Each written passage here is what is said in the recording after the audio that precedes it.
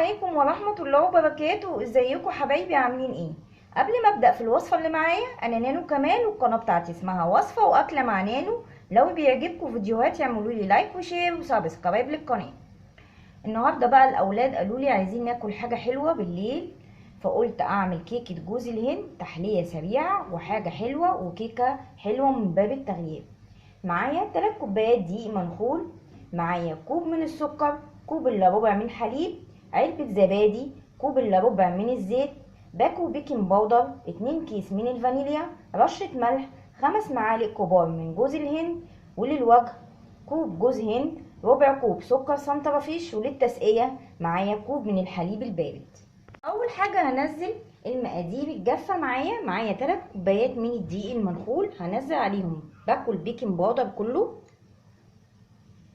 هنزل عليهم رشة من الملح، هنزل عليهم رشة من بيكنج صودا، ودي نسيت اقولها في المقادير، رشة يا بنات مش اكتر من رشة. وهقلب كل المقادير الجافة دي معايا كده. والدقيق بتاعي دقيق جميع الاغراض، دقيق منخول، ومعايا 5 معالق كبار من جوز الهند بالشكل ده. دلوقتي هنزل المقادير السائلة معايا كوب الا ربع من الحليب.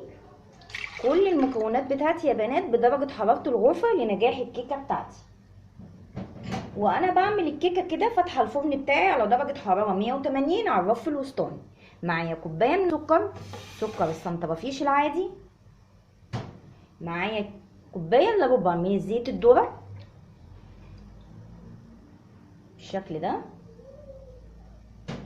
ومعايا علبة من الزبادي، العلبة اللي هي بتبقى الكبيرة بتاعت الزبادي بالشكل ده، ومعايا معلقتين من الزبدة الطرية. والزبدة ليه؟ بتديني غناوة كده للكيك بتاعي، وبتخلي الكيك بتاعي في طعم تاني خالص. ومعايا 4 بيضات بدرجة حرارة المطبخ بالشكل ده. هتاكلوا بقى احلى كيكة جوز الهند، كيكة جميلة جدا بمقادير مظبوطة على الشعر. ومعايا طبعا حطيت البيض، لازم احط معاه الفانيليا، عندك لو فانيليا سايلة تمام بالشكل ده كده. انا حطيت كل المقادير السائلة معايا في الخلاط، وهبدأ اشغل اضربه حوالي دقيقتين عشان السكر بتاعي اتأكد ان هو دايب. هبدأ انزل المقادير السائلة معايا على المقادير الجافة كده، ضربتها لمدة دقيقتين لغاية ما اتأكدت ان السكر بتاعي دايب بالشكل ده، واخلطها كده عادي جدا. طبعا كل المكونات بتاعتنا يا بنات، البيض والزبدة وكل حاجة والحليب والزبادي، كله لنجاح الكيكة بتاعتي بدرجة حرارة المكان اللي انا بشتغل فيه. واول حاجة اول ما ابدأ بالكيك لنجاح الكيك ان انا لازم افتح الفرن بتاعي على درجة حرارة 180 على الرف الوسطاني، وما افتحش الفرن نهائي لغاية ما تعدي مدة الكيك 35 دقيقة. ابدأ اختبر الكيكة بتاعتي بستيكس او بحرف سكينة. شوفوا بقى القوام بتاعي يا بنات، انا حطيت على كوبايه الا ربع من الحليب معلقتين تاني من الحليب، عشان انا عايزاه القوام ده زي ما حضراتكم كده شايفين، القوام ده اللي هو ما بين مش الخفيف قوي ولا التقيل قوي، هو قوام متوسط، قوام كويس. فللمصداقيه قلت لكم ان انا حطيت معلقتين من الحليب على مقدار الحليب بتاعي، وهنزل لكم المقادير في صندوق الوصف. شايفينها بقى وهي بتنزل ولا تقيله ولا خفيفه. والصينيه بتاعتي دهنتها بالزيت دهنه كويسه جدا، وبطنتها بالدقيق بالشكل ده.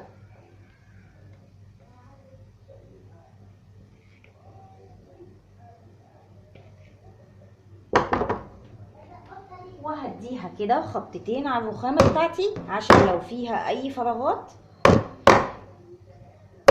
ونجاح الكيكه بتاعتنا يا بنات ان انا ما اخليش ان الكيكه كلها تبقى يعني مقادير الكيك كله واصل لاخر الصينيه او 3/4 الصينيه، لازم تبقى حتى نص الصينيه، بحيث ان الكيكه فيها مواد رفع البيض ومواد رفع البيكنج باودر ورشه البيكنج صودا اللي حطيناها، فلازم الكيك بتاعنا نديله مسافه ان هو يعلى معاه. ودلوقتي انا هدخلها على درجه حراره 180 على الرف الوسطاني، واختبرها بعد ما يعدي 35 دقيقه من تسويتها، وما افتحش الفرن تماما خالص عشان ما تهبطش منه. دلوقتي معايا للوجه حوالي كوب من الجوز الهند، وعلى حسب اختيارك لو بتحبيه اكتر من كده هتضيفي، ومعايا ربع كوبايه من السكر السنترفيش العادي، وهبدا اقلبهم كده واحطهم فوق وش الكيكه قبل ما ادخلها الفرن بالشكل ده.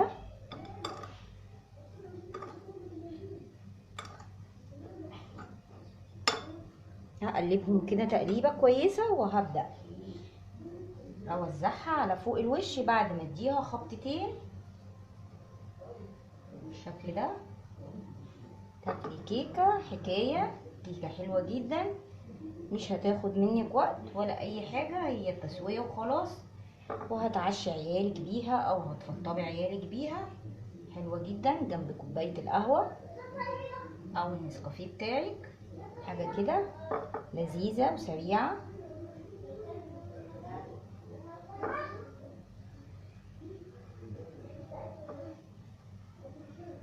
حطها بقى كلها كده.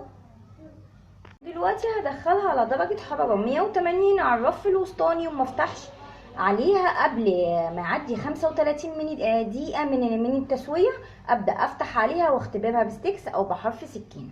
الكيك بتاعي طلع معايا في الفرن واختبرته بحرف سكينة او بستيكسي بالمنظر ده اهي. طلعت السكينة بتاعتي ما فيهاش اي حاجة، يعني الكيك بتاعي استوى. اول ما اطلعها من الفرن كده هبدا اسقيها بكوبايه ربع كوبايه الا ربع من الحليب، وهنا ليكي مطلق الحريه ان انت تزودي الحليب على حسب ما بتحبي الحليب ازيد، يعني ممكن تزودي لغايه كوبايتين من الحليب. انا بس بعملها بمعلقه كده عشان عايزاها كلها تشرب، ما تبقاش ناحيه شاربه وناحيه مش شاربه بالشكل ده، عشان اعرف اوزنها. يعني كيكه هشه، كيكه طريه، الاولاد هيحبوها وهياكلوها ومش هتبطلي تعمليها، ومقادير مظبوطه على الشعر يا بنات. وهنزل لكم ان شاء الله المقادير في صندوق الوصف معايا بالشكل ده.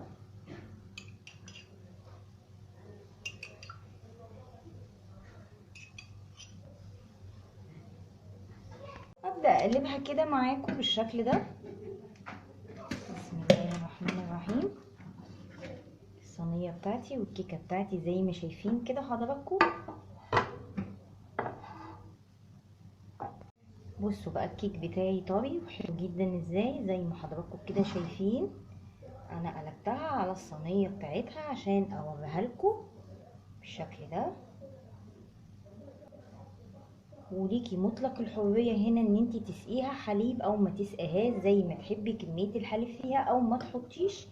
بس انا جربتها في الحالتين لقيت اللي ليها حليب احلى شويه يعني من اللي ما فيهاش حليب.